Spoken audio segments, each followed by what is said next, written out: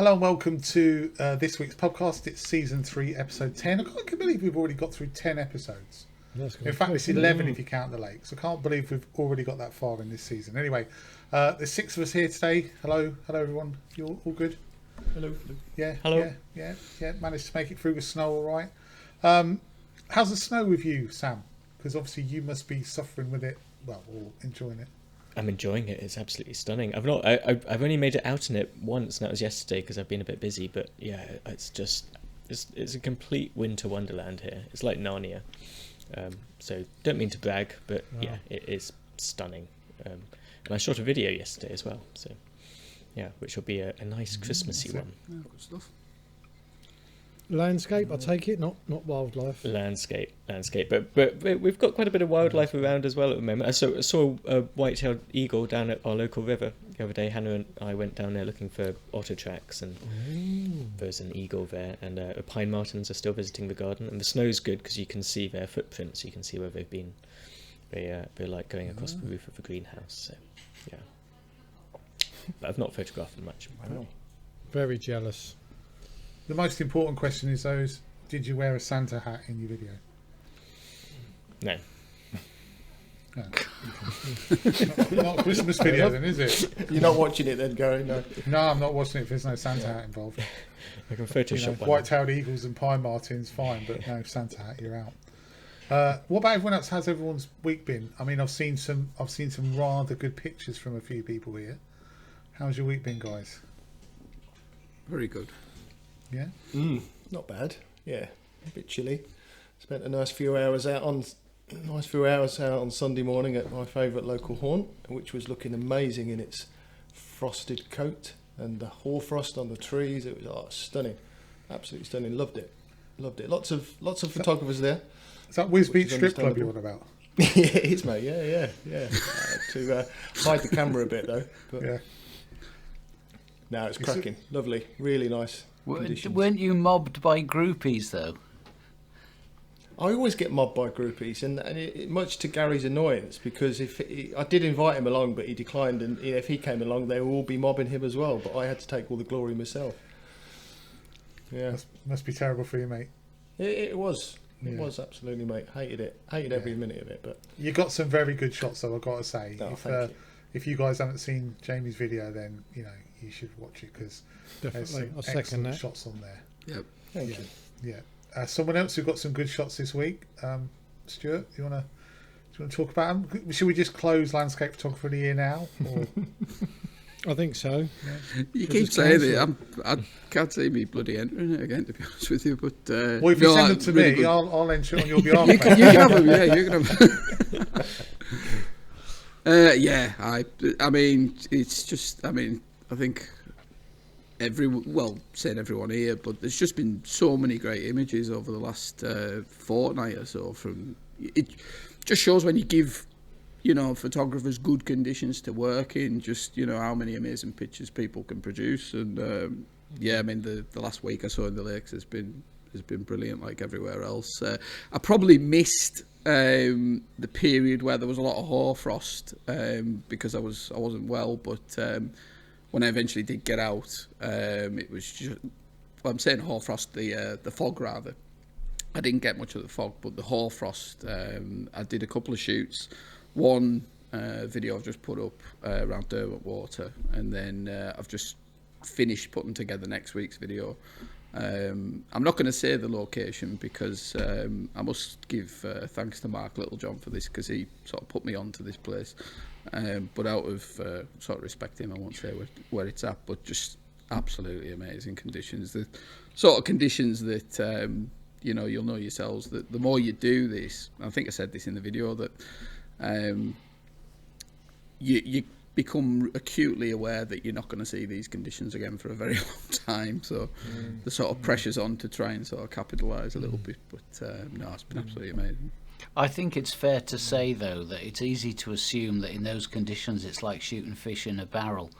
But, I've seen a lot of images this week from similar locations, and, without blowing smoke, I think that, it isn't that easy to make the best of it. I think it's almost you get fooled into it. You think, wow, these conditions are fantastic. You point your camera at it and just let the conditions do the work. And those amongst us like yourself and Jamie that are enjoying those conditions actually still do a huge amount of work to pull those compositions together. You know, it's not a spray and pray, is it? So well done to you both. Oh, no. I've said in my video, actually, that, I'm free happily to admit that, you know, there was a good period in that video that I'm putting out next week. I was just in complete panic mode, to be honest with you, because there's just so much going on. And like you're saying there, David, you know, it's easy to just think, oh, I'll just point my camera or something and it'll work. But I had a real tough time making sense of that. And it was in a location that I didn't know either. So that kind of put the pressure on as well. So no, it's easy to just think, oh, you know, this is a cakewalk, but no, it can be harder than it looks, I think. I think you were right, Sam, as well, about the knowledge of the place and certain shots that you know will work in certain conditions. I think was it the second shot I think I took in my video. I had that one up for winter. One, because I knew the bracken would be low enough, so I could get a clean shot on the telephoto with that particular tree. But also with that bit of fog and then the hoarfrost, it just makes that trees, or those two trees, just stand out beautifully. And then that little bit of rime on that bush underneath it, that to me, I knew it would work in those conditions, but it really is messy. Apart any other time of the year, it'd be a really messy shot to take. Yeah, it does make a big difference if you know where you're heading towards. I'll tell you the thing that struck me looking at specifically Stuart's images is, hasn't he got some famous friends? Did you notice that? All the reads, you got some comments from some real big wigs. I was, yeah, but that's why you asked him on here, isn't it? You're just a leech. That's the last reason I would ask Stuart on here. He's on here because we love him and he inputs very well into the podcast and he gets on with us all. That's why he's on here, not because of his friends. I'll tell you what, though. I mean, we'll see if we can get some of them on. No, I'm just joking. I could probably get Mark on. Well, there you go. Anyway, thanks ever so much for being with us, Stuart. It's been lovely these couple of weeks. Yeah, you just go. If you just give Mark a call, we'll be good. No. Just Mark, but yeah, Mark lives just round the corner from me now, so. Yeah, will do. Yeah. I was going to say you had a good trip as well, Dave. Yeah, just a couple of boring mountains, usual sort of stuff. They were a different colour this time, but that's all. Yeah. To be fair, Dave, that last shot you got was absolutely amazing. When you come back down and you got it with that light, that was absolutely amazing. And I know you were saying you were sort of contemplating staying. Should I stay? Should I go? I kind of totally get why you went, but I bet you were gutted. Yeah, I was. I can tell you I was. I almost thought to myself, I'm not going to share this because people will think, what a chump. You only had to wait another hour and a half. But the problem was that when you're halfway up a hill and it's snowing heavily, you just don't know what's going to happen. And there comes a point when being sensible takes over, especially when you're my age with my dodgy legs. Right. To be fair, that's literally why I don't go up hills. Any time of year, it could snow. I could get stuck. You've got to take these things into account. I'm going to get McDonald's to build a McDonald's up Side Pike or something. I'll get you up there. Don't talk to me about McDonald's. There's a new McDonald's master on the scene now, Mr. Overland, who was telling I thought you'd appreciate that. Yeah, you must go to McDonald's before you go out on it. It's like, you thieving bastard. Yeah, well, I do. It's nicely situated en route to Home Fen. So that's my idea. I'm sorry, I didn't realise you had the whole couple of on McDonald's. I won't go anymore. I'll go Burger King instead. Which one was that, by the way? It's the one at Serpentine Green. Yeah. Yes. Well, and you didn't stop at the drive-in Krispy Kreme donuts. I can't believe it. No, there is one there, isn't there? Yeah. There is. You're right. I know all these places. Don't show off. Drive-in Krispy Kreme donuts. I mean, that's just something that shouldn't exist. if you go in the shop, you can actually watch the donuts being made. Seriously, they got like a screen up, and you can see the machine with the donuts going in and going through the thing, and coming out the other end. And you're just stood there with a semi. All with a semi, mate. I tell you what, they don't make those holes that size for any reason. Anyway, should we move on? And it's Should we descended. move on at that point? Yes, already. Am I not included then with what you've been up to this week? Oh, sorry, Dan. What are you doing? Well, we haven't seen any photographs It's from just- you. So, Let's just totally ignore Dazza because he's not been out with the camera. to be fair, Darren, I was expecting you to go, hang on a minute, halfway through, and tell us what you were doing. And you, Well, I'll tell you what, because last week it's just been so busy at work, and on Sunday I had my grandson, so I couldn't get out on Sunday. So while all you guys were out enjoying the landscape, I treated myself to some new gear. oh yeah, And I bought my new tripod, and it is a tripod that I've been after for a while. In fact, I looked for it at the photography show, and they didn't have it there. And this is the tripod. It is the iFootage Gazelle TC9, and camera equipment, it is like a tool, isn't it? There's not one thing that suits every occasion, and I've been umming and ahhing about this, and I know that Thomas Heaton actually obviously is a big influencer, and he's got this tripod, but I didn't actually buy it because of Tom. In fact, I didn't even know that he had it. yeah. It was actually Simon Eardley. Oh yeah, okay. Wildlife photographer, Yeah. and it was his channel that I first saw this on, and this was the one that he's got, which is the TC9, and then after that I kind of found out that Tom had it, and he's got the TC9. So this one is a little bit heavier, but I wanted it to cover the wildlife as well as the landscape photography. But like you guys, I've told you before, I'm not a lover of twist locks. And I've been looking at, I looked at the Gitzo for a while. I looked at some other, the Benro tripods, and I just thought, I just don't want the twist locks. I like the clamps, I like to feel that that's locked in place. I'm always terrified that I've not locked something up enough, and then I'll turn around to get something out the bag and it all starts to topple over. So with this one, it's got the built-in spikes on the bottom. It's got the clamps, and it's got the self-leveling. So I just thought, right, that ticks every box for me. The only downside is I bought the big one, but if this works and I really get on with it, then perhaps next year sometimes I'll treat myself to the TC7 and have that one for landscape. I'm still not sold on tripods for wildlife. Personally, You're not? No, I think I would find that incredibly restrictive. Depends what you're shooting. I've been using my tripod in the hide. So if you've got a perch that's if you've got a perch that's set up, and you're waiting for the birds or the squirrels or whatever it may be to kind of come into the frame, then the tripod is just fantastic for that. I understand if you're just walking around, and you want to be a lot more flexible, but I use my tripod a hell of a lot for wildlife. I just think that if you're in a hide, I get that you would be.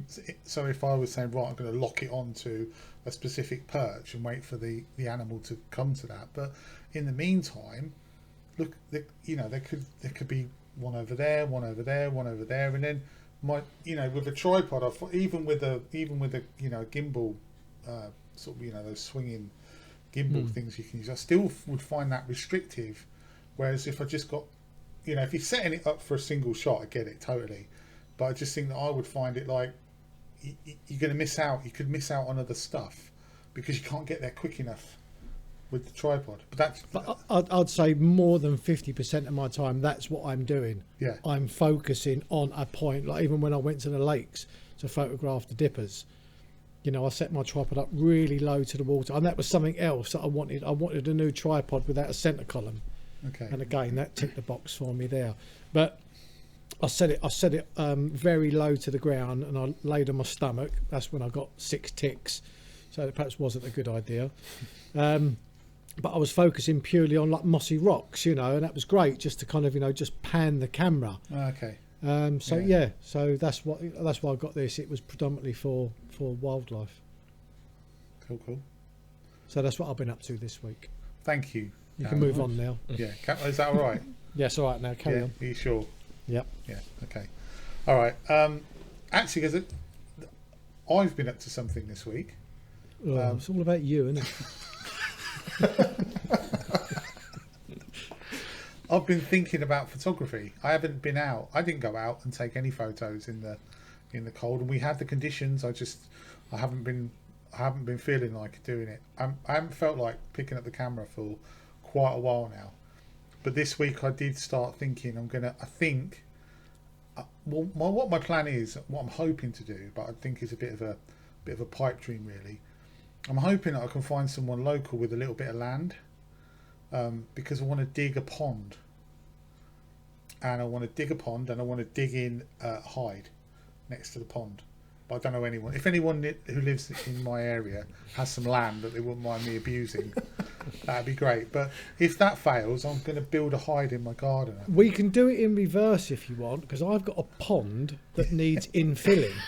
Oh, does it? So if you want to come round, and then what we can do, we can set the video camera up and then just put it on reverse for your video. That'd be fine.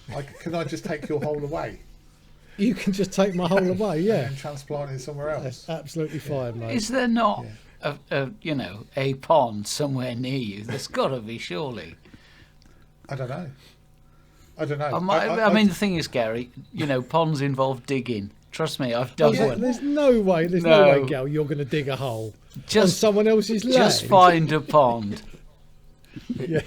Oh, but that involves walking. Well, it's easier than digging. Yeah, that's true. Not one of your greatest ideas, Gary. Yeah, but no, okay. Yeah, that and bloody virtual reality boxing. Yeah, well, just do virtual reality digging, and you'll be fine. You could dig the Grand Canyon doing that. Anyway, should we move on? Thank you for everybody's comments about the competition last week. It was great. We had loads and loads of comments on the actual video itself. We also had a load of comments on Facebook because we put up Paul's picture on Facebook, and they were really appreciated. So thank you for your interaction and your comments, everyone. I can go through a few if you want. Paul actually commented himself, and he said he's really enjoyed watching the podcast over the past couple of years. So just stop there. Thank you, Paul. The guy who shot the Chroma one, I can't remember his name, but on here he's Thomas. Yes, Thomas. That's right. On here he's Bronick. Yeah. He said it was from Overstrand, and I'm thinking back, I recognised Overstrand because that was the place that I ended up parking, which is quite a long way away from Chroma. Barry Partington pointed out that the ICM was done in camera and not in post. So I was wrong again. Thanks very much for that. We had one from Malik who said, I've been listening and watching since episode 1. It's always fun to enter your private chat. Oh, you haven't been in our private chat, that's for sure. He has actually. I know that name. He has been watching since day one. Yeah, but he hasn't entered our private chat, has he? I hope not, or I'm in big trouble. He said the photography contest was a great way to capture, enhance and build a great community. We do have a great community. We should be very proud of ourselves, he says, for creating such a wondrous place where talent comes together.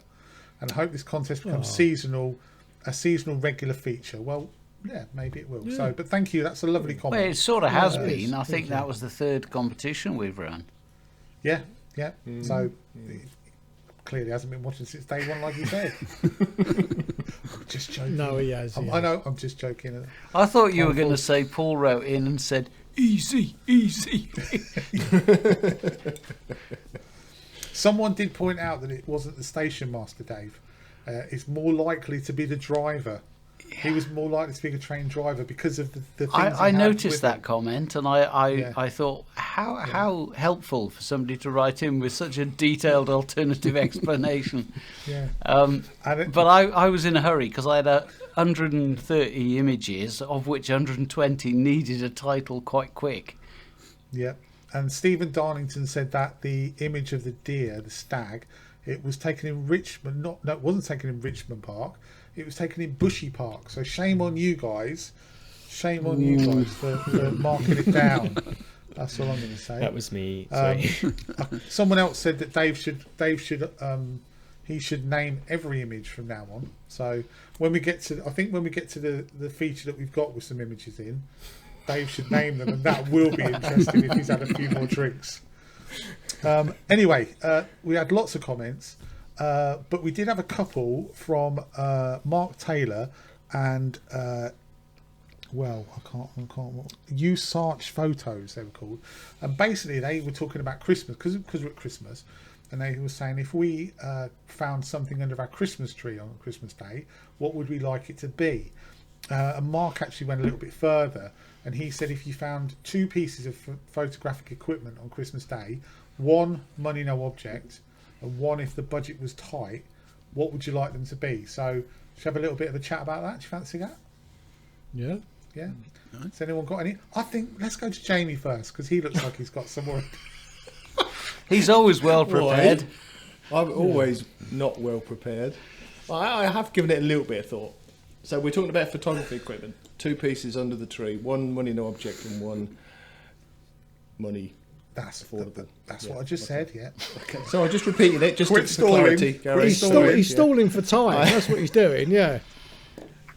All right. Did you see? Who was that guy in the jungle? Matt Hancock, and he said like he learnt the art of the pivot. That's what James doing now. He's pivoting. He's going to talk about EastEnders in a minute. Oh no, I can talk about that. You see it this week. Okay, well I'll start with the thing that would be the thing that's less costly that I'd like to get under the tree from a photography perspective, and it's probably a wind muff for that, please. They're a few quid, and if anybody knows where I can get a wind muff for a Rode Wireless Go 1, not 2, 1, then I'd much appreciate it. So that would be nice if that was under the tree, because I lost my last one on Sunday and can't replace it. But I have, as Dave suggested, invested in a cheap Chinese knockoff from Amazon, lavalier, that works quite well for the looks of the test I did. So thank you, Dave, for that idea. So that's my cheap thing, and of course my expensive thing is probably got to be the R5 with a 100 to 500 RF. Really, I think I would absolutely love if that was under the tree this year. It is, as you guys know, something I've got my eye. Did you hear that? I was about to say, Leslie just shouted out, it's not going to be. Oh, brilliant. There you go, on. I'll cancel Christmas then in that case. Yeah, move on. No, there you go. That's my answer. Something I'm definitely not getting. Thank you, Jamie. Thank you. Let's go to Sam. What about you, Sam? Least inexpensive on a budget stuff. Actually, probably a pair of earplugs, because I always go camping and then realise I don't have any earplugs, and that would just make all the difference. I know it's camping, not photography, but that would genuinely make a massive difference. And possibly lens cloths as well, because you can never have enough lens cloths. In terms of expensive stuff, actually one thing, and it definitely won't be under my Christmas tree because we're doing Christmas on a budget this year, but what I would really like at the moment is a decent camera bag. So actually when I was with you guys and we were going up King's How, I've been using this Manfrotto B bag for years now, and it's so uncomfortable, and I'm getting a really bad back.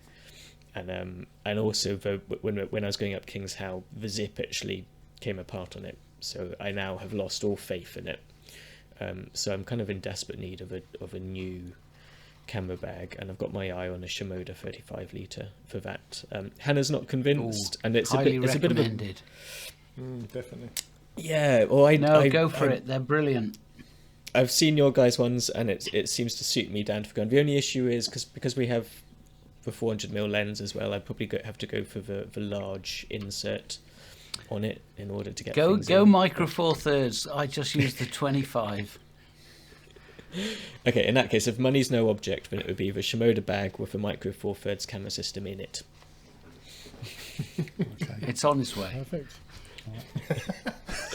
Oh, thank you, Santa. You haven't grown your beard this year, Santa.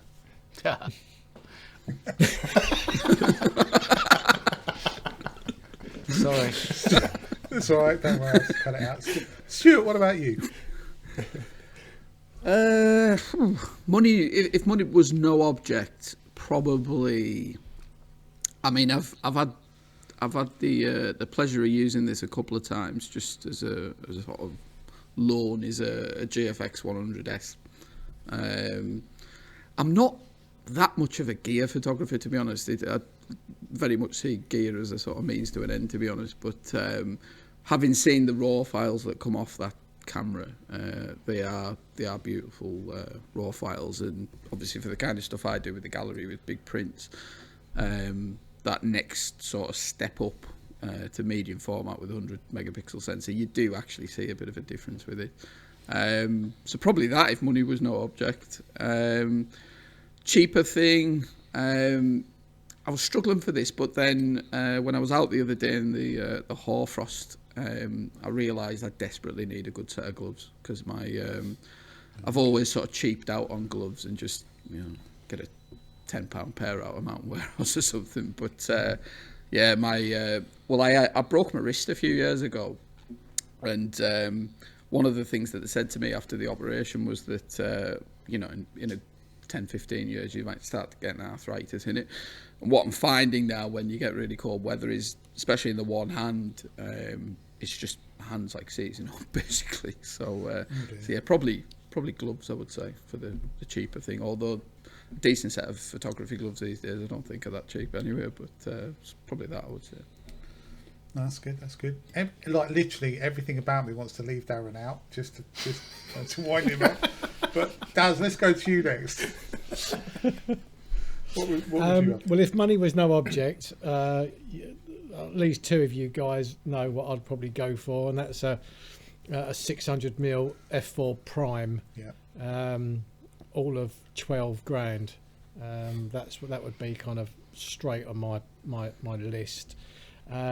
Now my cheap present, which is not actually that cheap, is something that I deeply regret selling, and that is my really right stuff BH55 ball head. Was that massive one? Yeah. Yeah. You only had that about 5 minutes, didn't you? Yeah. And then I sold it, and I bought it, and then I paid import duty on it to get it over from America, and absolutely loved it.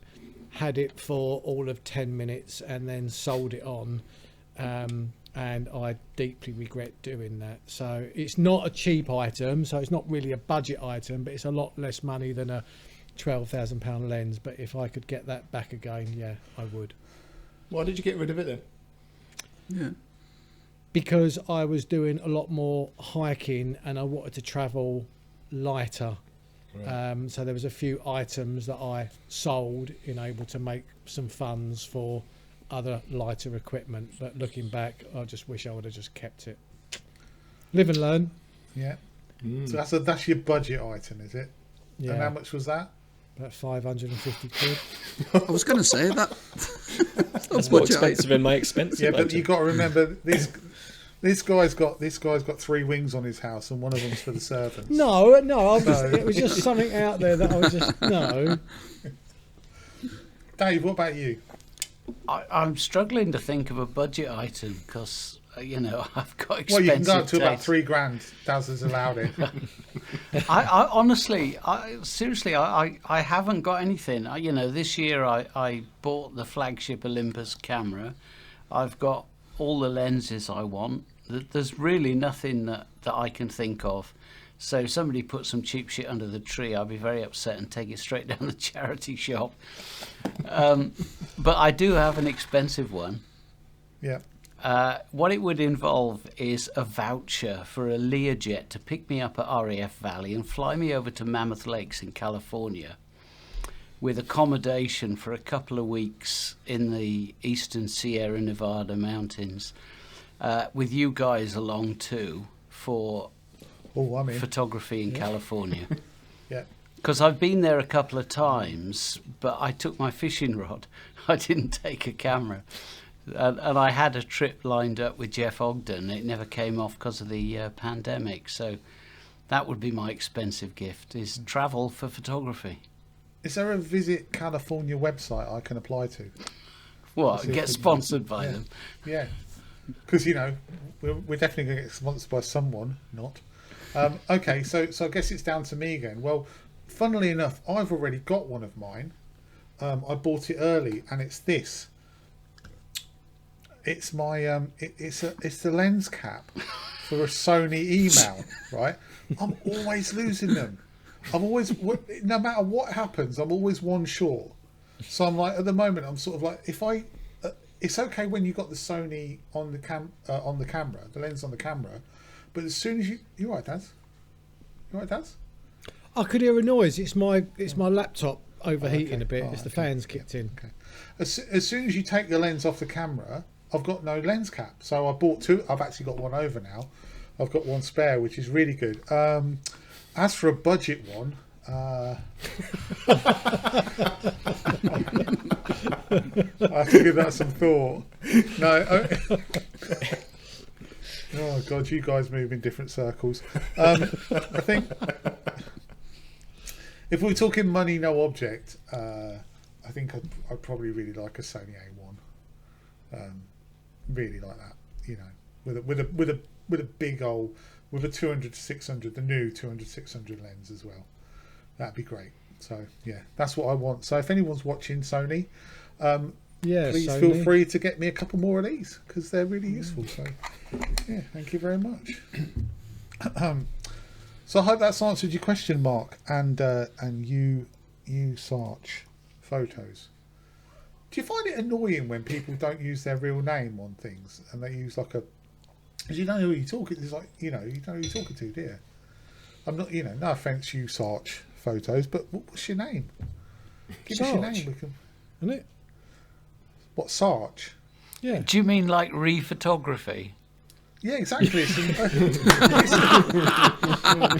Oh, I forgot all about that. Yeah, that would be annoying, wouldn't it? Who the Do you know fuck what? does that? I did a competition on, I think it was Virgin Radio, a few years back, which was like, it was called like the 1K Q&A, and they did 10 questions on music, and if you got them all right, you got £1,000. And they said, "Oh, do you have any hobbies?" Honestly, do you have any hobbies? And I was like, yeah, I'm a YouTuber. I take photos on YouTube. Said, "Oh, what's the name of your your YouTube channel?" I said, "Oh, it's Photography." And I went, "Oh, I don't take photos of colons though."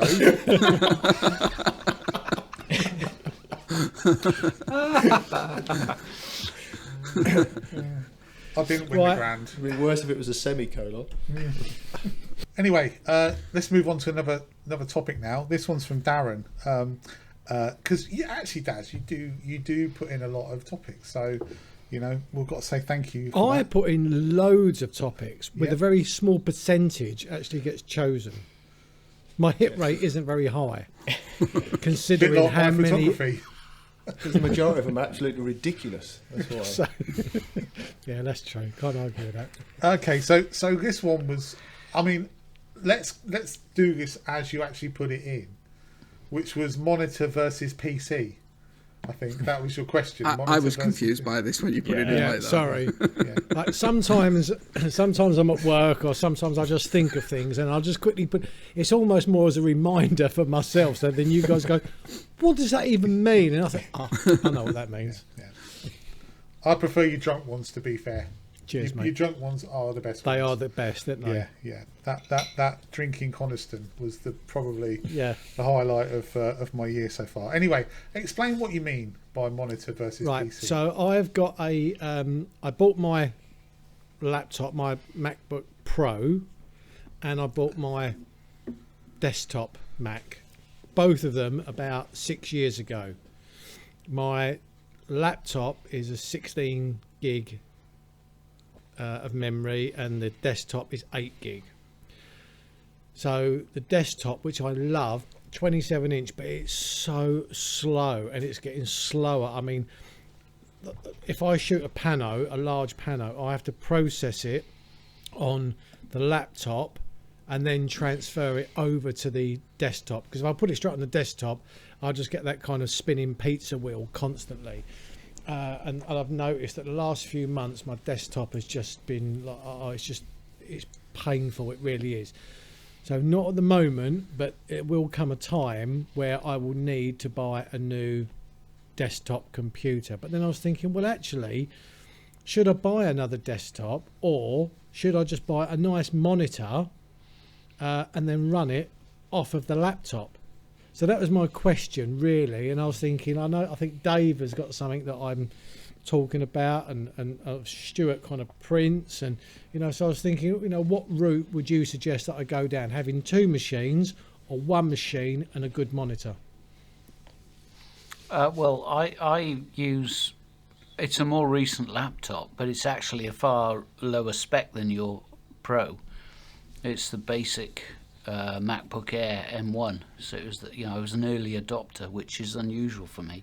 Normally I wait for other people to screw up and then take advantage of their mistakes, but I've got it paired up with a Samsung monitor, which is, I think, 32 inch, and that works really well for me. But bear in mind that it was also a work decision, because I run all my work stuff off this one machine. So when I go to London or go and see a client, I grab the laptop and everything I need is on it. I don't have to worry which machine it's on. In the past, I had an iMac, and the number of times I pitched up at the office in London and the stuff I wanted was on the iMac. It was very inefficient. But in terms of video editing, image editing, it works great. And I spent a bit of money on the monitor to make sure that it was decent, but I wouldn't go back to a separate iMac. You wouldn't? No. Right. No, I'll second that as well, because I've got a similar setup to Dave. I've got the M1 Mac Mini that is paired with an LG monitor, similar research to try and get something that was decent quality from a colour perspective, and that's where I do all my editing now. So, but Joe, you had your iMac upgraded, didn't you, a little while ago? I just had it I had it reset. Effectively, they did a factory reset, installed everything from fresh, and it did work a lot better for a short period of time. But then it started to slow up again after that. So that's why I invested. So I'm talking to you on my iMac. So I've still got it and I still use it, but I use it more for browsing and stuff. I don't do any editing on it. I do all my editing on the Mini with the M1 chip, which is much faster. And coincidentally, because I said in the chat in the week, I've started to use DaVinci now rather than Premiere Pro, which I absolutely love, by the way. And I think it's a really easy piece of software to use. Plus, it's free, which is a bonus. And I'd heard rumours about that being quite tough on processor speed, but it works piece of piss on that M1. Really, really easy, and I'm really enjoying the experience. So I think the new version of DaVinci, so DaVinci 18, is programmed with the M1 chip in mind. I think the previous one wasn't, but this one is programmed for the M1 chip, which makes it even faster. Yeah. It depends how mobile you are, Darren, because like David's saying there, if if you've got work stuff on a Mac or a laptop or whatever, then it makes sense to have that because you're moving around with it. But if you're not moving around so much and you don't find, like, if you go on trips or whatever and you're processing images while you're on trips and stuff, then probably like what Jamie's got there, like the Mac Mini or the new Mac Studio that's come out. That's very good. And it's not much bigger than the Mini. I think it's just like a little square box. So I was finding out really interesting, because I'm in a very similar situation to you at the moment, Darren. Because my main computer, which I'm speaking to you on now, is a 2017 27-inch iMac, and I think it's I've had it probably just over 5 years now.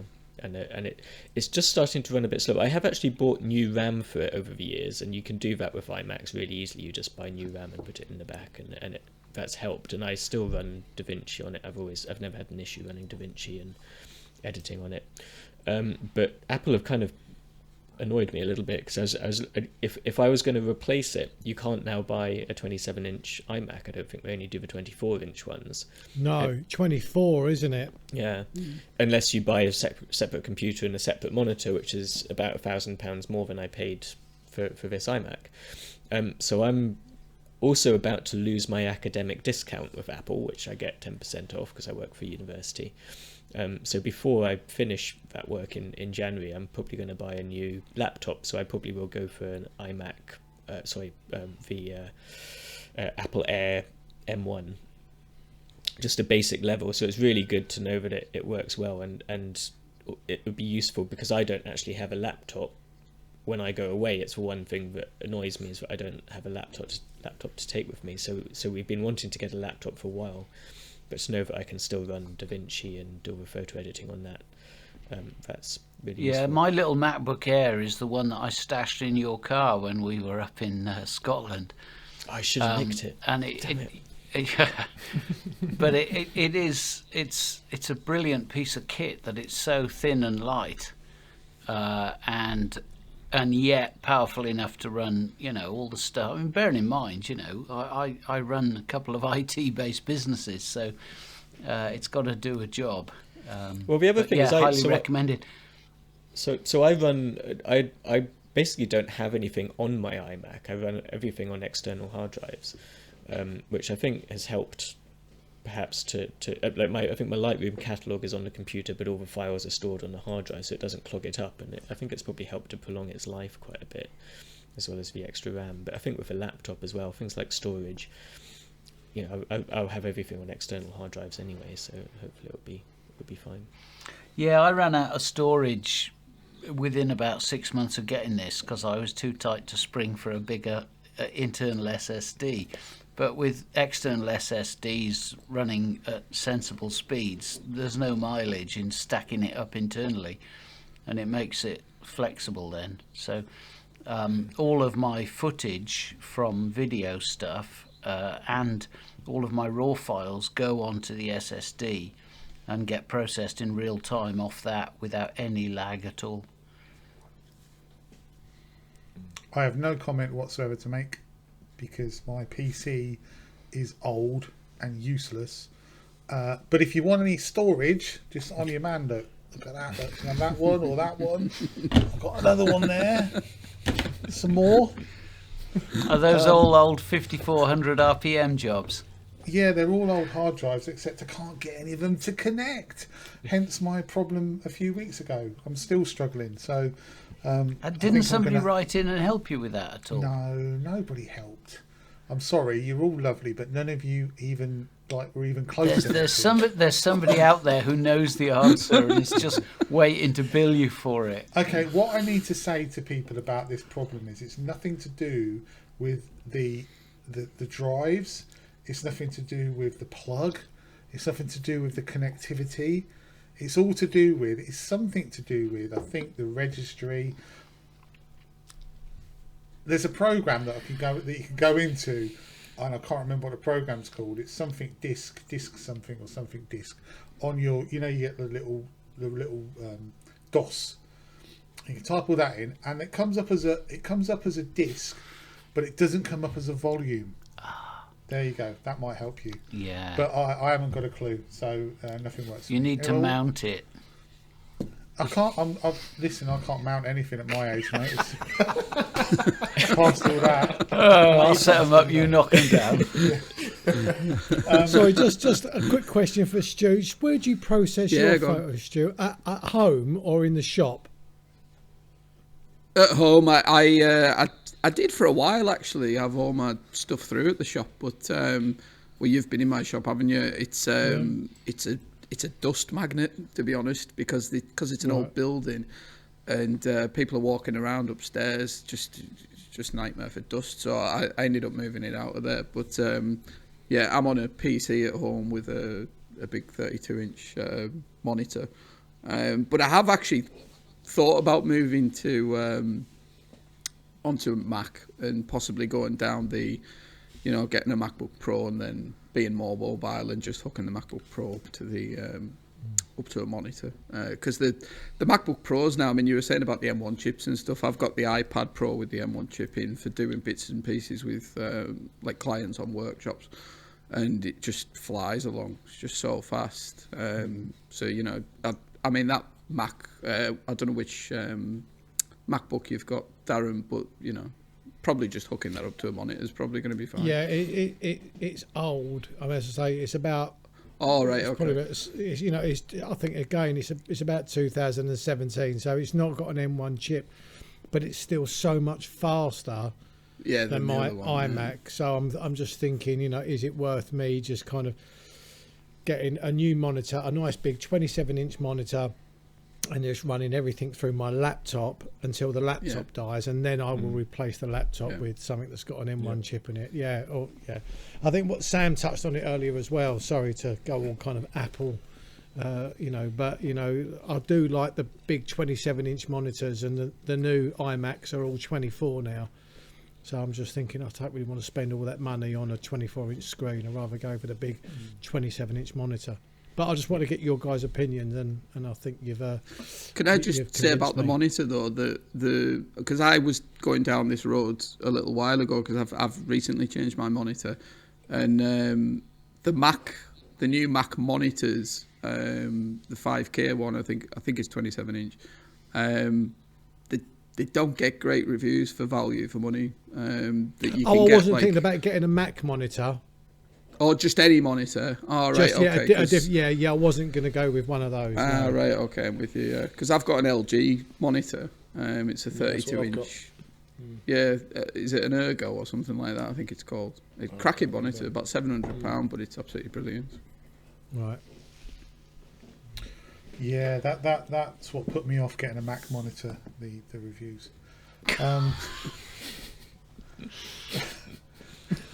Should we move on to another topic? Has that answered your question, Daz? Yes, it has. What are you going to do? What are you going to do? You share it with us. What are you going to do? Well, I probably will just end up getting another monitor. Once I just really want to chuck things at my iMac, which I do on a regular basis, and the time comes and I just think, I can't deal with this anymore, I will go and buy a new monitor and run it all through my laptop. Let's hope it lasts longer than your ball head, eh? As Dave, trust me, this Guinness has lasted longer than the ball head. Why did I sell that? What an idiot. Oh dear. Anyway, shall we move on to... You all right there, Jamie? I'm just adjusting my gaffer tape. Sorry. I look like you were coming in for a hug. Big old man hug. Come on. Bring it in. Come on, boy. It's Christmas. Come on. Get some love going on the podcast. Yeah. No, me webcam sliding. At least you don't look quite so dyspeptic this week. Yeah, it looks a lot better. Dyspeptic? What does that mean? I don't know. Poorly, I reckon. I'm going with poorly. I'm going to have to write all these words down so I can sound intelligent. I've got no clue what it means. Oh. Anyway, let's move on to another topic. We had a back into the comments actually. We had a comment from Paul Cooper, who said he said cracking one tonight, which was thanks very much. I don't think he's talking about tonight. Clearly, he was talking about last week. He said anyway. Question: do you combine Christmas and families with landscape photography, or do you park the camera for a while? And if you do manage to get out with a camera, what excuses do you use, please? So I think he's looking. I think he's A, looking, wants to know if we get out, but B, he's looking for some excuses. Really, he is, isn't he? Yeah, he really is. So have we got any for him? No, I just tell her it's my job. Yeah. I don't think he'd get away with that. There's no argument to that. Listen, Merry Christmas. I've become a professional photographer. I need to go. I don't think that's going to wash, is it? I think a good excuse is to ask for some decent photography equipment for Christmas, and then your excuse is you need to get out and test it and use it afterwards. Yeah. In between. And how's that worked with you and Leslie? Not very well. As you heard earlier. Right, so he needs to buy himself something. So, Paul, what we're saying, Paul, is buy yourself something. It doesn't have to be expensive. It can be, a pair of gloves or a lens cap or a £500 ball head. It doesn't have to be expensive, but and then use it as an excuse. Say, I've got to go out and try this out because why have you bought it for me? No, I'll tell you what, when we go to the lakes, I know it's different for different times of the year, but when we go to the lakes, I tend to go out, obviously, early morning in the summer, and then kind of normally rock up back at the motorhome for, say, like 10 o'clock. So I might have been out for 5 hours by then.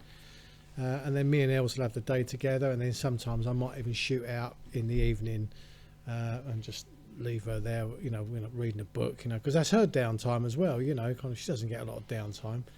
Winter's a bit more tricky because obviously the days are short, but I think Helen knows that I don't get a lot of free time, and I love the Lake District. We go away and she's quite happy actually for me to kind of go off for half a day and shoot and come back. I think it's a balance, isn't it, really, as long as you're doing something together. And this is helping how?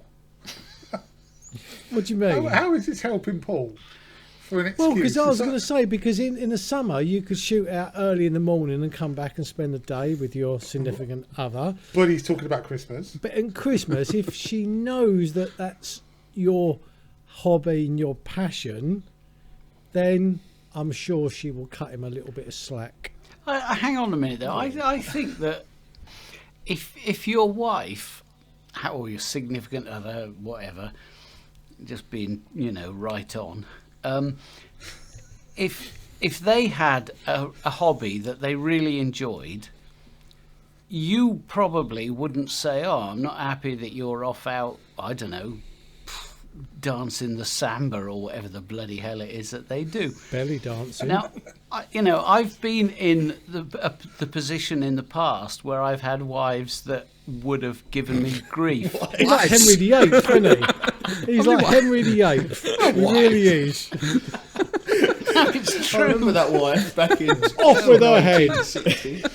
Bring on the new one. But what I've done is I've got myself in a situation where the current lovely Mrs. G couldn't care less if I go out taking photographs because, she's happy for me to be happy. And the boot, Right. If the boot was on the other foot, if she had something she wanted to do, I would encourage her to go do it. I think if you're in a situation where you have to kind of negotiate some time, the simple solution is divorce. I knew that was coming.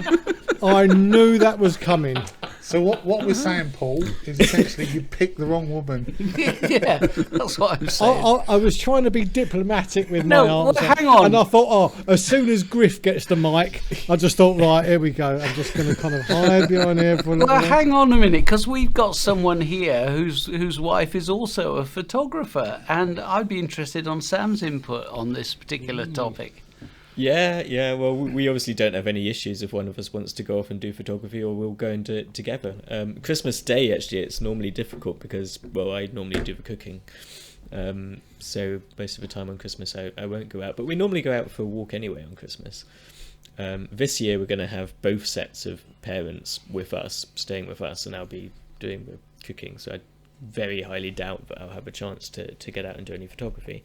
But I might just bugger off in the morning, especially if it's still snowy like it is now. I'll just go out and do it, and no one will care the slightest if I do. So yeah, so the trick is I rest my case. Thank you, Sam.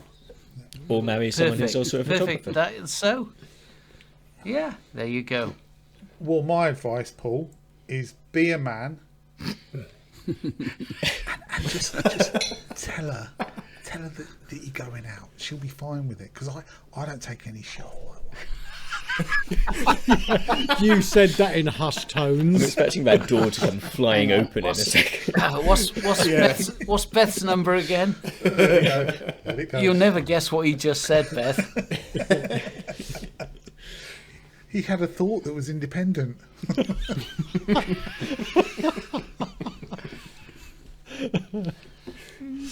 No.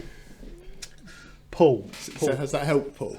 I'll tell you what we'll do, Paul. We'll give you a couple of minutes, right? get your wife and your family in, right? Get them around the telly or whatever it is that you watch this on, and we'll all plead your case on your behalf, won't we? And we'll all say that, please, Mrs. Taylor, let Paul out. He's been a good husband for the whole of the year. He has. Yeah, because we know him, don't we? We know he's been a good guy. Let him out for. He's not cheated for ages. There's your excuse. I'm just off out cheating. What do you mean? I meant photographing. Oh, that's all right then. Oh, you can go out. Yeah. Just say you burnt the turkey or something. That's it. Say, I burnt the turkey. Christmas is ruined. I'm skint. I'm broke, and one of the children isn't yours. I know he's a man. Anyway, lay it on, and then when she goes, "What?" Say, "I'm only joking. I'm just going out to take some photos," and she'll go, "Oh, okay, fair enough." You know we're going to get in so much trouble with any female viewers, don't you? Absolutely, yeah. Good luck with the editing. Yeah. So I'm just shouldn't ask leaving us it all so in. stupid questions, really. They're never going to get these sort of answers.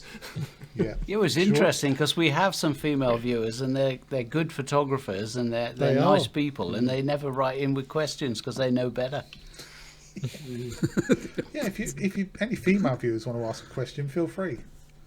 Yeah, it'll be the Probably first time probably Gary's talked to another female in a very long time. Probably be too complicated for us, to be fair, but you know, like for instance, Dave.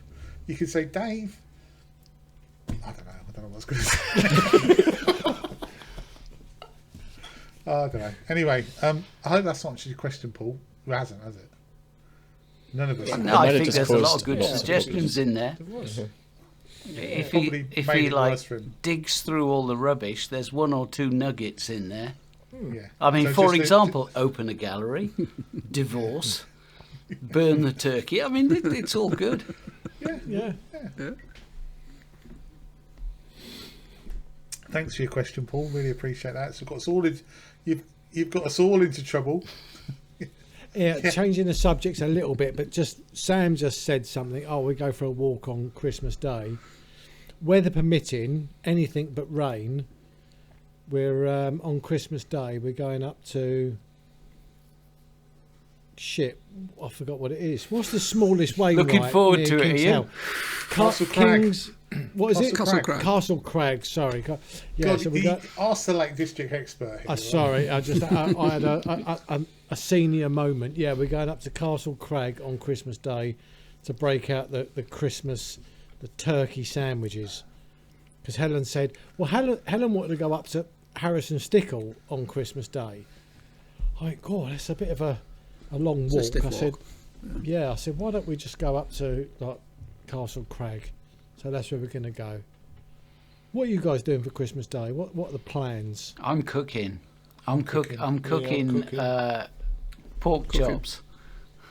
Oh, cooking turkey roast. I'll be cooking. Yeah, I'll be Cool. cooking. You normally go for a salmon, Dave, don't you? So you go more meat this year. Yeah, Wasn't it a crab linguine last year? it was. Something There'll like be that, yeah. garlic prawns to start, pork chops, Spanish style, straight off of MasterChef, The Professionals, and a mille-feuille. What is Spanish style? What's that then? It's Don't a bother white, cooking it until Boxing Day. yeah, manana. No, it's in a white bean and chorizo stew. And he dances around the kitchen with his maracas while he's cooking it. It's got his maraca big now. sombrero. You boys are all traditional. We like to live on the edge. Yeah. No, we got because it's just us two again this year. We're having our Christmas dinner this coming Sunday, and we're away for Christmas, and we will be having a curry like we did during the pandemic. I love that virus. It kept everybody away, and we got to eat what we wanted to eat, which was a big curry on Christmas Day. But that's what we're doing this Christmas. What are you having for Christmas, Stu? Oh, That was the question. I didn't say like stew. What's that like? I could have stew. Turkey stew. I have a hard line on Christmas. It's turkey and turkey only in our Quite house. right too. Yeah. What Dave was saying about the other stuff sounded very nice, but I'm very traditional. It's turkey and that's it. Yeah. Yorkshire puddings? But I'll be cooking them. Yes. Pudding? Yes. No. Christmas Yes. dinner? Yes. Yeah. Oh, that's Yes, traditional I do, turkey yeah, and yeah. Yorkshires. You can't have Yorkshire puddings with any Yeah, roast yeah. dinner, otherwise it's not Exactly. What are you Yeah, I'm cooking, doing that. Sam, with your house full? Yeah, I'll be doing turkey. I'm like Stu. I have to have a turkey. We tried goose one year and never again. Always turkey. He's so posh, and he said goose. Yeah, it was a I've waitress. never had a It was a goose in waitress my goose life. too. Yeah. They tried goose. The chef wasn't happy with it. No. Made him jump. Shoot a grouse out on the back garden and have that You instead. could do. Actually, that's a good idea. Yeah, could do. Yeah. What does pine martin taste like? I'm just out to shoot the pine martin. What happened? You got your camera with you? We're going to have a white-tailed eagle aperitif. Yeah. Well, I normally start with a swan, so.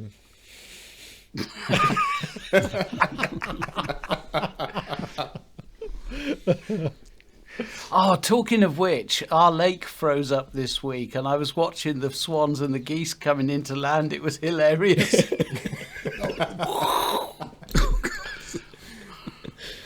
Anyway, let's move on. So we've got a couple more topics before we shut down for Christmas.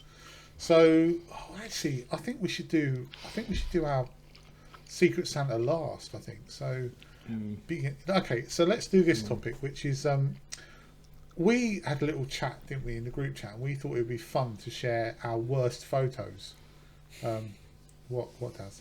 Worst photos. Yeah. Oh no, I've not picked. I've picked photos that have got a story behind them.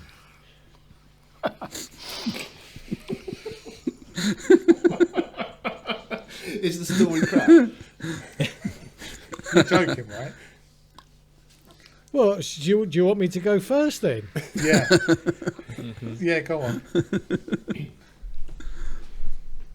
Well, see that? Yep. Right. So, sorry, I can't see you guys. I'm not too sure what you're laughing at. But so basically, the focal interest here. I don't know if you can see my mouse, but there's a ship on the right hand side, and it, I was there for ages because obviously the ship obviously had to go uphill for quite some time. I still can't see you, so I really don't know what's funny. But yeah, so I must admit, this ship actually went on until I was there until dark, basically, and by the time the ship had actually reached the summit, it came downhill so fast. I actually kind of missed the ship entirely. And that just kind of goes to show, the power of the sea. So yeah, that was my second image.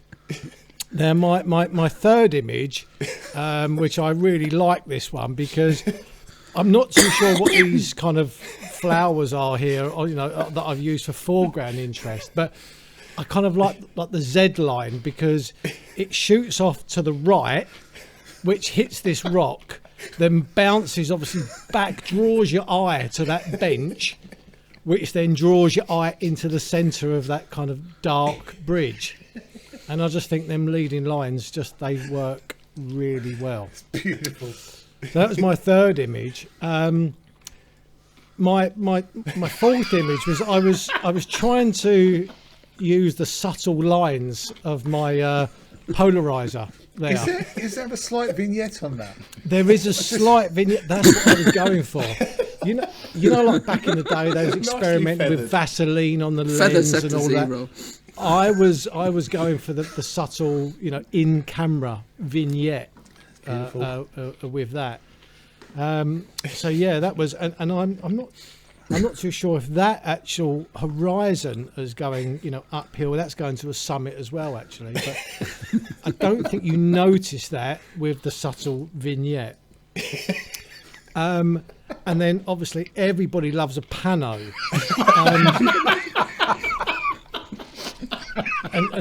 And I thought that, with the interest in Sky, some would say it's an unusual crop, but basically I think that's I think that the stitching software has done an amazing job with that. So that was my my 5. You said bad. I'm saying interesting photos. All I can that say deserves a round of applause. if you're watching this or if you're listening to this on the podcast, then if ever there's a reason to come and watch, it's that. It is that. That was an unbelievable selection of images there. I'm not sure anyone can match that, Daz, to be honest with you. We could give it a go. Okay. Well, I think it was the story behind the photos. That's what makes a good image. Yeah, absolutely. Yeah. It's nice to get the idea behind each image, Darren, and what you were actually going for. Exactly. I mean, I didn't feel that I had to speak too much because I thought, what's the old saying? Like, a picture paints 1,000 words. I could have sat in silence, really. Who wants to follow that? The boat going uphill was brilliant. Can anyone follow that? Who's next? Come on, someone. Oh God! Be brave. Come on. Go on, Sam. Shall I go on, next? Sam. I'll go next. Yeah. It's quite hard to follow that though. In all honesty, it's quite hard to follow that. But, I've got some pretty good images though, if I'm honest. Hang on, where are we? So, well, this is Trivan, or as I've been reliably informed, it's actually called Trifan. But yeah, this I think I nailed this shot actually. There's no trace of halo there at all, and I really like this little bit of dark banding along here as well, where I've managed to get that HDR effect looking really natural.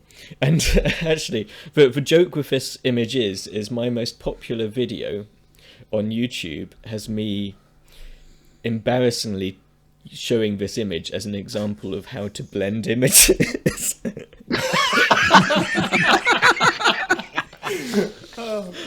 And it's bloody awful. Anyway, so that's quite an apparent. The next one is actually I'm quite proud of it. This was my attempt at light painting when I was in the US. Okay.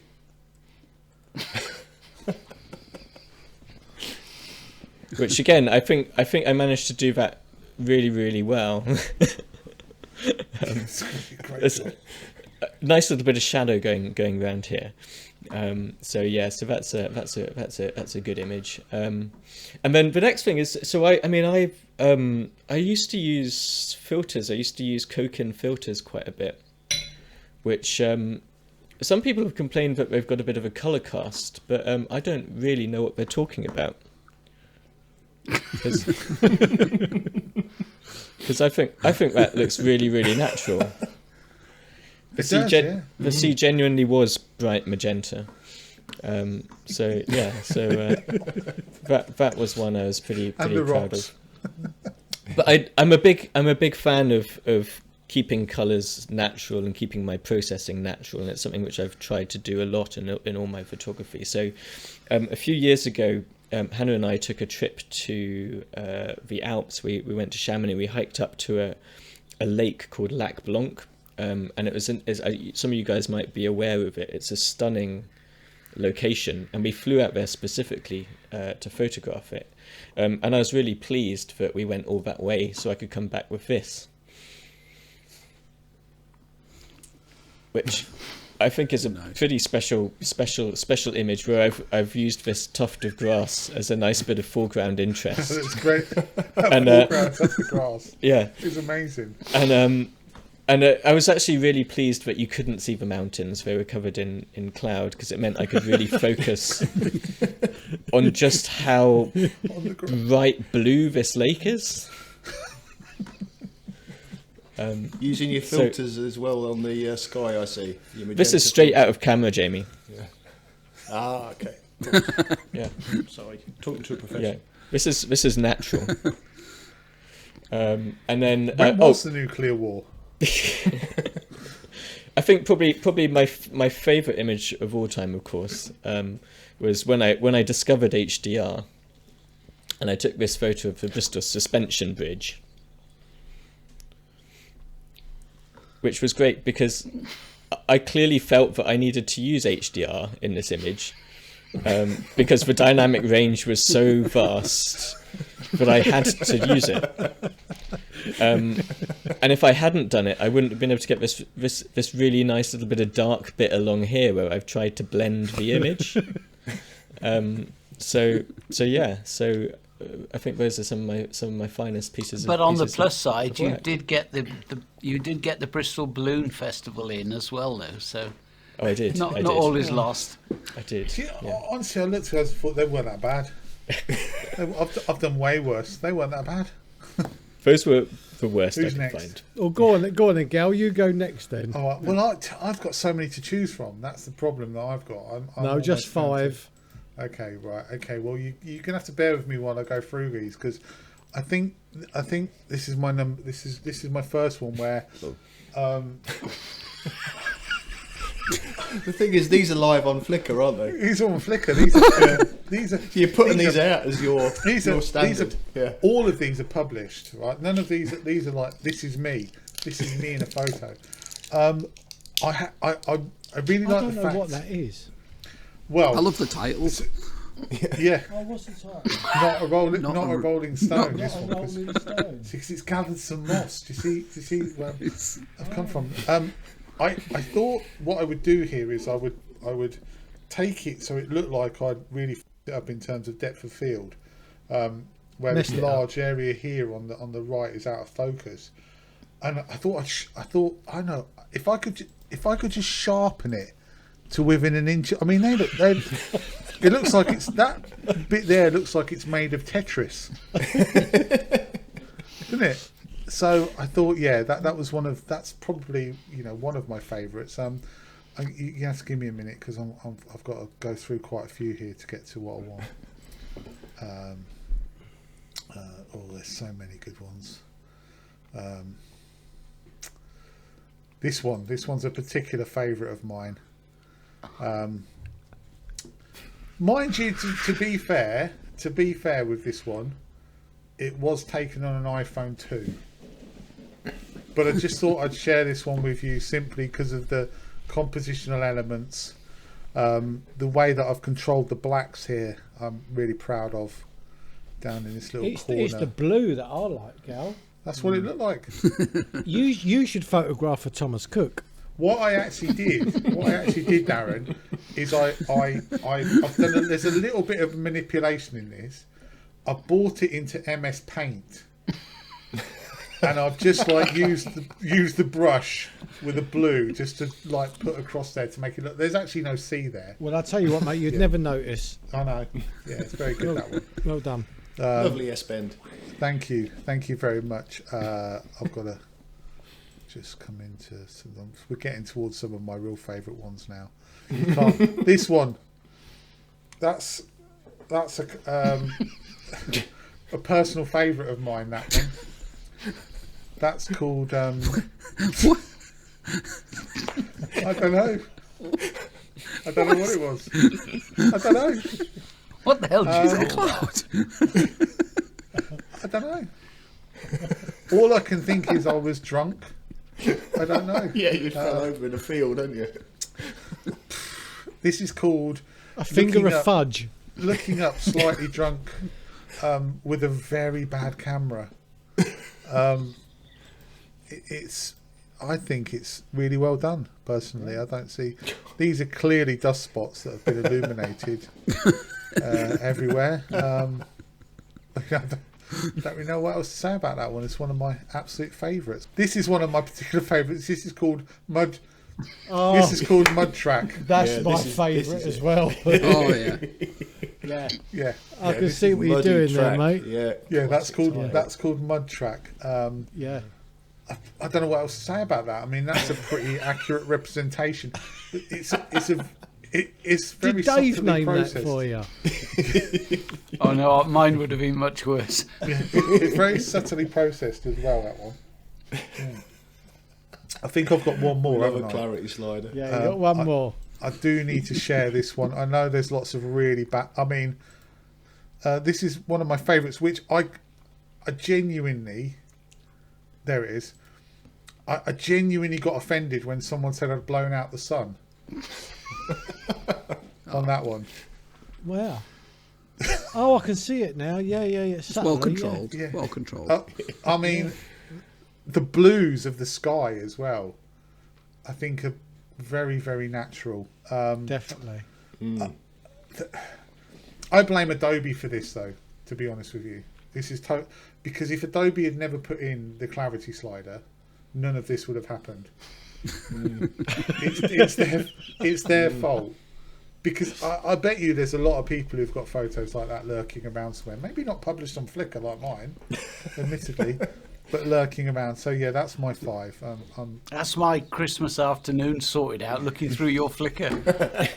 While the lovely Mrs. G is watching carols from Kings, I'll be having a look through this lot for a laugh. Please don't. I think pages 13 on backwards are to about 11 or 9 are atrocious. Anyway, I'm Jamie. going to share next because I can follow that nicely, actually. Hang on a second. Are they published? They're not published, no. Hang on. Shame on you. They're in a nice folder called Crap Shots. There you go.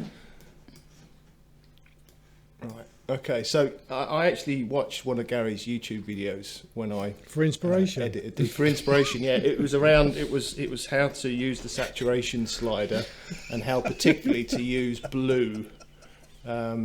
So yeah, this was the first one, which I thought the blue worked really well with this shot, particularly the reflection of the really interesting blue sky in that lake. Yeah, I think I like the way the lake is actually bluer than the sky. Yeah, well, it was reality. It looked that to me while I was there taking it, so I had to edit it naturally, clearly. So yeah, and that saturation slider, it was just like, oh my god, it's a light bulb, isn't it? It's like, wow, you can do so much with that, and it makes them look so realistic. It does. So I matured from that one. And You're went in into- luck, because it says on my screen, actual recording is higher quality. Well, I then went on to sort of do a bit of woodlandish with trees and lake, and I thought I'd use the same technique because it worked so well for me previously in that sort of lovely saturated blue effect, and that sort of blue sheen on that lake It's gorgeous. Amazing. is electric, really. It's I like- can't really say. is that Lake Louise? Yeah, it's where Dave's taken us. Yeah, it looks absolutely stunning. So, yeah. Can I just stop you for really a pleased second? with that. Can I just Yes, stop of you? course. You know, Stuart, where I said that you're a shoo-in for landscape photographer of the year. I've changed my mind. Yeah, absolutely. I've changed my mind, mate. That. I don't think Stu's got any chance next year at all. No, But put still that in my early- This needs to go in the natural landscape. Yes. Yeah. But do you notice, still in my early days of my composition techniques, where there were these trees pointing to this lovely blue colour? I couldn't think I've got much better composition than that. But Yeah. anyway, moving on. I then discovered filters and went on to try some long exposure work.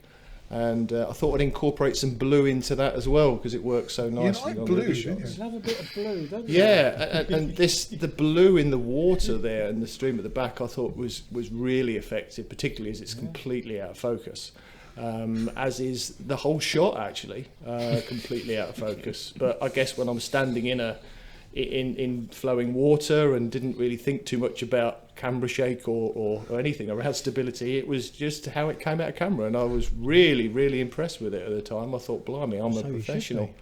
Absolute professional. And then sort of that long exposure work matured a bit, and I moved off of the blue and I went more for composition. And I decided that composition means everything, and you really need leading lines to take you to something that is of interest. I learned that in another one of Gary's videos actually, that he was talking about leading lines. So I thought, composition is really where I need to go. So that blue was a bit, I'd grown up from the blue stage and went into long exposure work. Love the feeling that you get from these ND filters and the way it just makes everything look completely unreal. But these, I thought these little posts here leading out towards the left-hand corner of the frame were beautiful. It's genius. Absolutely, and some lovely foreground. This sort of mud, again, similar to Gary's beautiful mud work. You've been stealing my work, for. haven't you? Yeah, absolutely. Unbelievable. I think it's very clever leading somebody out of the frame, because there's obviously something really interesting just over to the left. Yeah, there was a pub. Dave, There was a pub on the left-hand side. If you'd taken that, you'd want them led out of the frame. But my piece was, actually, when I'd gone through all this and learnt so much, I actually entered a picture into a competition, and I won. And my picture was actually printed in a calendar in Market Deeping's village store, and that was this one. And this is a true story. This actually was my winning entry for a local calendar competition. How many entered? I don't know whether there was any photographers that entered at all. But at that time, I felt Deeping's special needs photographer of the year. It was indeed, but I was so chuffed to win it with this shot, and it set me up for where I am now. The award-winning. I think you were right. Entry. No photographers entered. Yeah. Was that in the wildlife category with that swan? Yeah, that swan was loved. I aimed for that completely with my focus point as well, but it just. I think it's important to have a distraction. I think it's brilliant how he's got it on the right 32nd.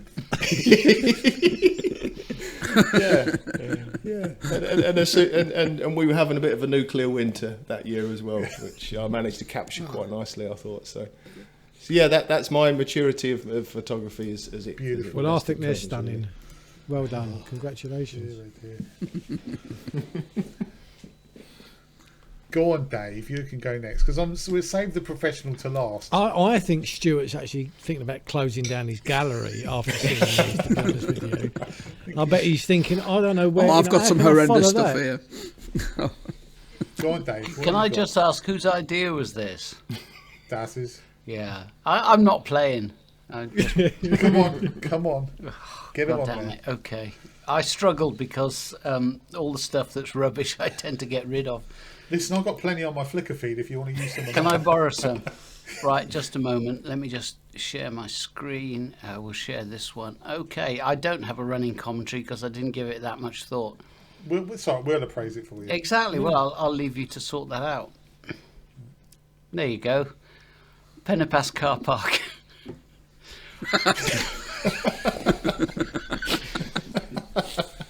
I was camping up there, making a video, taking some really nice shots of sunrise on Snowdon and Cribgorch, and I thought, I need a shot of the car park. I have no idea why. Honestly, couldn't tell you. And it's blurred. It's brilliant except for that coach. Yeah, it's not even in fact. What I should have done was I should have put it on Instagram and said, hey boys, there's about 3 spaces available, get up here. So the next one is why? Just why? I've no idea. I stood there. I mean, the light hitting the gate's really nice. Yeah. You can actually see the light coming down in little globes. I'm sorry, I've no idea. I had to kind of resort to holiday snaps. I mentioned this before at San Marino Grand Prix at Imola, trying to get a picture of Michael Schumacher, and every time he came round, it's about a 56 lap race. I got 56 images of him just about to leave the frame. I got somewhere I was trying to do the panning with the blurred background and everything was blurred. And the only reason I kept it is because it was a nice little trip out with the lovely Mrs. G. Did that photo give you... I'm not even going to go there. I was going to say, did that photo give you any jip? But I was just like, do you know what? No. That's such a dad joke. Let it go. Yeah, let's leave it there. Now, this is an early Sky replacement back in 2006. I was mucking about on Photoshop. And how bad was the original Sky? What's going on with their eyes? Well, I called it Devil Sheep. It's actually, there's a print of it on the wall in my dining room that my daughter grabbed a copy of it and gave it me for Christmas in a frame. You can imagine my reaction. You know what's happened here? So every time they come to visit, I get it out and put it on the wall. You know what's happened here, don't you, Sam? He's clicked the eye replacement by accident. But I think I was ahead of my time. In 2000 and whatever the hell, I was doing Sky replacement, and Adobe took about 15 years to catch up. Why did you replace the Sky? What? It was as blue as one of Jamie's. So As blue as your sea. And finally, mucking about with long exposures. Why? Oh, yeah. I mean, just why? What was I thinking? And this actually isn't that long ago. I mean, that's my lake, so, you know, it's obviously within the last few years. No idea. I'm surprised I kept this. When I was looking, I thought I won't have anything because I get rid of it all. And I was horrified. This is the last time you'll ever see it. It's getting deleted straight after this. Pissing about with long exposures. Yeah, you can have it, mate. Yeah, that's put it in going a straight on my competition. Flickr page. It's a guaranteed winner. That's me. Sorry, that's all I can come up I'm with. so far I'm slightly disappointed with Dave and Sam actually. Really? Not the best quality. You know, I think me, Gary, and Jamie are certainly in the lead. Yeah, we're racing with ahead. quality. You've of set the images. benchmark so high. Well, you know, what can you do, mate? Come on, Stuart, Right, what here you we got? go now. There's This is Stuart's business Right. going down the toilet. Right. I'm a bit upset because I can't see him. He's going to go. This is one of my worst ones. You know, the one that won the Times. You know, Oh, you'll like landscape these. of the year You'll like category. these. Right. So this is a bit like Dave. A lot of the real mediocre crap I deleted years ago, but these pictures actually formed part of a camera club talk I used to do. And a couple of these are like the very first sort of pictures I took. So let me just get down to this one. Can you see that? Yes. Here Oh, we go. What? yes. Oh, yeah. Oh, now we're talking. Is it? Now, I like the shutter speed. this was me. Yeah, well, that was the thinking. I was really fascinated by slowing the shutter speed down, and yeah, and you can see the eye for composition there, can't you? I mean, Absolutely. yeah. got that nice branch at the top framing it, and When you say slowing the shutter speed down, you meant not quite enough. Or not at all. no. I'm not at all. This is full auto, isn't I it? Come don't on, think it's admit it. focused properly either. No, I think I actually did manage to slow it down, but I couldn't grasp that you couldn't shoot at a slow shutter speed and get it sharp. This is back in the heavy DSLR days before IBIS and all that nonsense. So yeah, so that's the first one. It's a solid start. What about that? Yeah. Now we're talking. Now So we're talking. this is a fascinating little building on a beach just down the road from me, and for a little while at the start of my photography, I got fascinated by this. I don't know why, but it is actually sinking into the sand. It's not wonky, that picture. It is actually sinking into the sand. But yeah, Did you I think think this is a fascinating shot, a fascinating building? How can I make it look as shit as possible? Well, in fairness, I've succeeded, haven't I? You've done a great job. I've done a great job, haven't I? Right. And I'll go to this one next. So this again was, yeah. I think this was, yeah. yeah, now we're getting creative. So this was on the same walk, the same route rather, as the first one. But this time I'd mastered an even slower shutter speed. But this again was handheld, so you can see that, we've got a nice bit of motion blur in the branches there, and yeah. And everything. I mean, I think it was your video that I watched, actually, Stu, thinking about it. Not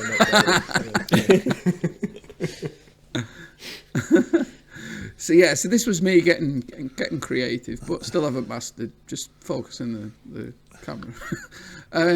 Right. I must admit, I prefer this over our competition. You know where the the ICM last week, mate. Yeah, that ain't a patch on yours, Stu. Yeah, that's Yeah, I know. Well done.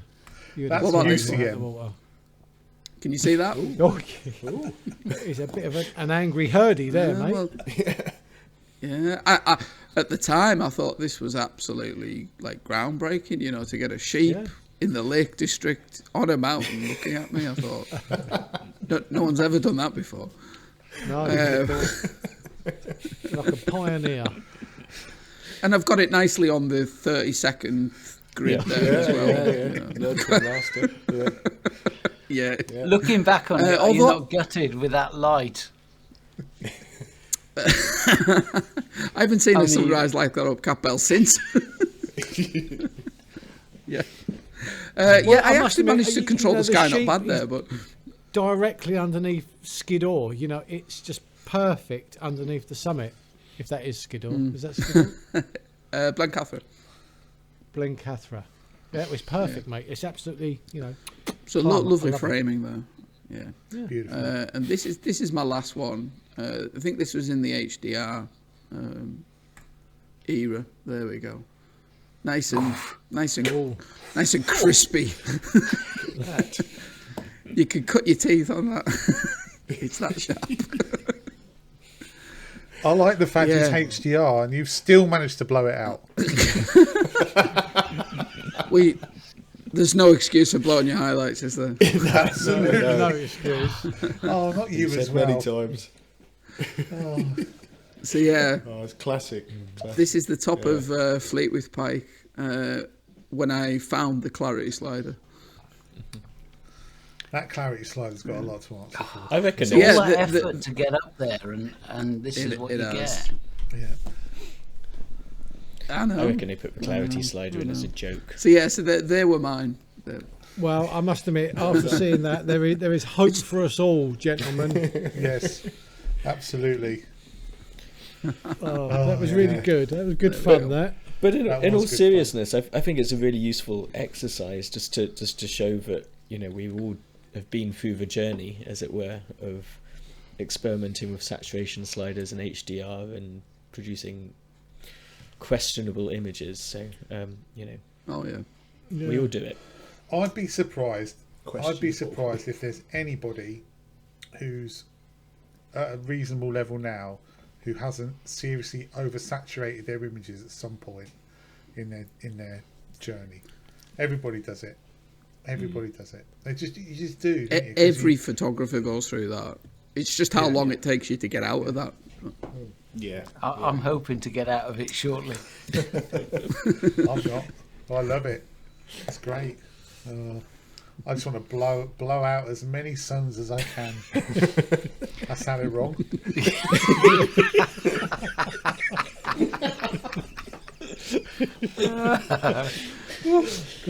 There's a Chinese delivery boy. Anyway, shall we move on to our? That was. This fun. is our last topic of the year, then, isn't it? Now. Yeah. What do you mean? Well, isn't this our last one before This is the end of the year? Yeah, this is our very last one because we're not on now until the new year. So before we move on to this topic, actually, let's say Merry Christmas to everyone and thank you so much for watching this year. And we really appreciate all of your patronage. So we'll move on to the very last topic of the year. Which is Secret Santa, and this was actually suggested by oh Christ, I've got my picture back up again. Oh. Which one? The one where I've blown the sun out. Any of them? Any of them. It's hideous. No, this one was suggested by Dave Hanmer, and he basically Dave Hanmer's got the worst avatar image of anybody. Has he? It's just a little graphic. It looks like a little sort of Oompa Loompa. All right, well, pull your finger out, Dave. What are you playing at? This is an email, so I haven't got it. So, but pull your finger out, Dave. What are you thinking of? Anyway, virtual Secret Santa he thought of. He said each podcast member to trawl the internet to choose a photography-related gift or any related gift up to the value of about £10 maximum. Obviously, the quirkier the better. So we're not actually buying these. We're just going to share the pages to say what we would have bought. But none of us know who anyone else has got so far, do we? Well, no, none of us, because you don't even know, do you, Dave? I didn't look, no. All right, so okay, let's go with Daz first. Right, so go with Daz because I've heard a rumor. I've heard a rumor here that Stuart's got an absolute corker. So we're gonna save Stuart for a little while. Well, I think it is. Right, okay. Yeah. So we'll go with you first, Daz. Who did you get and what have you bought? Okay. Well, I actually got Stuart. All right. And I thought about Stuart and I thought, right, okay. So we know sometimes he gets, and this is a 2-part present that I bought Stu. So the first one is I can imagine him sitting at his desk in the gallery and he hears from outside, oh, anyone could have taken that shot with a mobile phone. So I got him I'm sorry, did I roll my eyes out loud at that image? And then I kind of pictured them carrying on, with this conversation outside. So I thought, well, he might then just want to change the mug and then meet them outside on the pavement for a little chat. And I just thought that would be... I've got that mug. I have that mug. There you go. My missus got me that mug. There you go. Unagi. So two now. yeah. So I'm halfway there, mate. With got that mug. That was good. That. So I that's what I like got the first Stu. Okay, good stuff. Right, Jamie, who did you get and what have you got them? I got Sam, and so my first thought for Sam was to get you a Waitrose food hamper. Because I know how much you missed. It wouldn't get much in it for 10. You can't get much well, for 10 exactly, Dave, which is one of the reasons. No, that's one of the main reasons that I couldn't get it, and plus the fact, you can't get anything around yours. It's Waitrose anyway, so I thought I'd go for something a little bit more aligned to your profession. So what I ended up finding, which I thought was quite apt, was this. You see that? Which is it's a periodic table science bow tie. So I thought, because you're quite posh, I think you're the sort of person that would probably wear a bow tie anyway in your landscape photography trips. But particularly because it's linked to the periodic table, which is being a scientist as you are, I thought that was quite apt for you. Jamie, you've gone way over budget on that. I know I did, but listen, I'm Sam's a good friend. I'm happy to go and put my hand in my pocket and go a little bit further. So. Oh, all right. Thank you very much, Jamie. Yeah, I love it. That's a good one. No, I'm going to go next. Okay, and I actually got Dave as my Secret Santa. So it was a tricky one, and I've actually managed to find him 2 presents. Was it the bumper book of political correctness? No, do you know what I thought about that? But to be honest with you, Dave, right, I am sick and tired of you continually pronouncing Welsh stuff wrong. Right, all the time he's like, in Trevan, it's Trifan, Dave. Trifan, right? Clyn is not a Clyn, it's a Lyn. Right, so I've got you, right, as the first present is this, a book, Welsh for Beginners. Okay, right? Yeah, yes, he definitely that should help that. you. I can't, like, for instance, hello, Bethy D and D, Gareth Widdy D. Right, so I thought, perfect. There's one at the bottom here. May Harry Cine Radicum right, so that should help you, right? But the problem was it was only $6.99, and I was like, what else can I get Dave? I couldn't think of anything, so I got you a stress boob. Right now it was $4.99, so I've gone a bit over budget. I could have got 2. That wasn't modelled on you, was it, girl?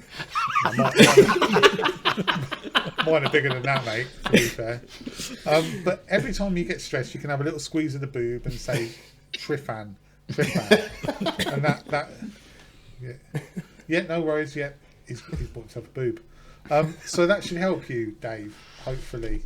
But that's what I got for you. So thank you very much. I'm looking forward to making the most of those.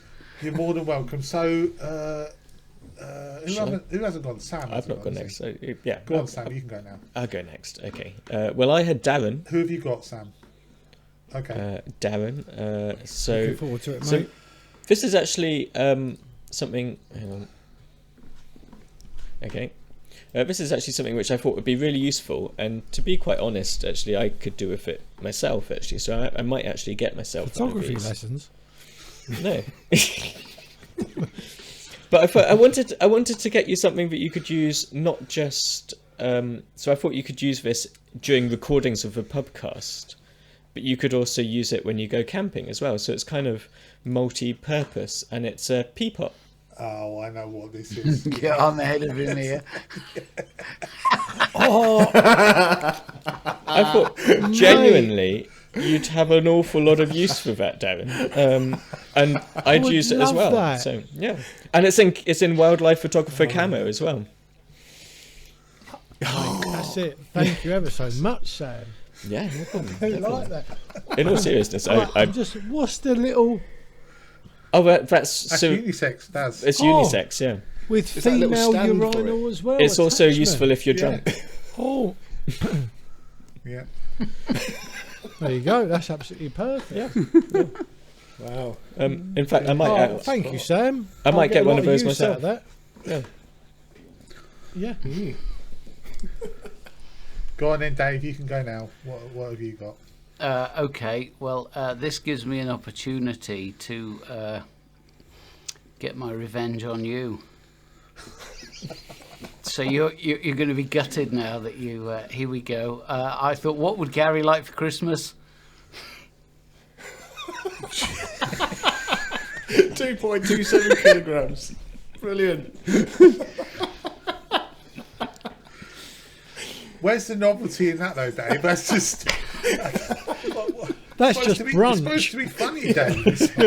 You've just bought me dinner. I kept it within budget, though. Oh dear. Hang on then. So Stuart's last. You've got Jamie. You must have Jamie. Yeah. I do, yeah. This is worrying because he's built this up to be quite apt. So Well, I've given now it the big petrified. build-up, but I don't know if I can compete with some of these, right? Okay, well, my thinking was that it's really hard to buy affordable, high-class photography at an affordable price. So I managed to find this. Let me just get it on. So at the very reasonable price of $9.99, the Kindle edition of David Beckham's son, Brooklyn,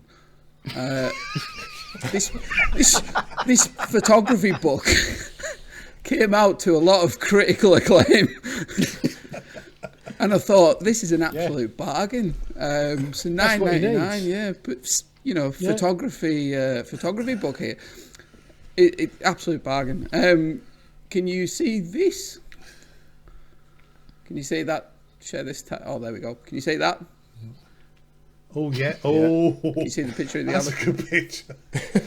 Is that one of Now, Brooklyn's? this is the kind of quality that you can look forward to. Yeah, this is in the book. Yeah. I mean, this is I'm going to enjoy this on Christmas Day. Jay, you need it. I do, mate. Get on that, I do. mate, right away. Everybody needs an elephant. That's for how to Christmas. grade a sky, right there. Yeah. Oh yeah, who needs So, yeah, Simon I thought- Baxter's book I for thought- Christmas when I can get this? Proper photography book for $9.99. that is a great There gift. you go. So that's where you're going. I Jay. thought You'd have so. exposed for the. You would have exposed for the elephant there, wouldn't you? Yeah, I would, mate. You're right. There we go. Absolutely. Yeah, Yeah. Yeah. I don't mean to address the elephant in the room, but I think he's blown his highlights a bit in that image. Oh, dear. Oh yeah, thanks for that, Stu. Yeah, Yeah, no problem. Yeah. Could you not find any six-finger gloves? I was so relieved when you said you didn't get me. Oh yeah. Honestly, I was happy to get Dave, but I was going, please give me Jamie, please give me Jamie. Please give me Jamie. I didn't get him. Oh, dear. I'm just happy that the programme didn't get bollocks and, like, you know, we all got the same person or something. No, it was great. Yeah, well, yeah. Dave. That's Dave's own Secret Santa picker. So we'll put the link in the description. So for £10.50, you too could be able to pick your own Secret Santas. Anyway, look, we've been on for 2 hours now, guys. This is going to be a longer one. A longer one. A longer one. Yeah. This is, as you know, this is the last one of the year. I've had a great night tonight. Do you know what? I'm gonna confess here. I was really miserable. Yeah, stop right there. I know it's, I know it's hard to Just put a believe full stop after that and then end the podcast. in 2022. Now, I was really miserable coming into tonight. I've been a bit down with bits and pieces, but you guys have really cheered me up. So thank you so much.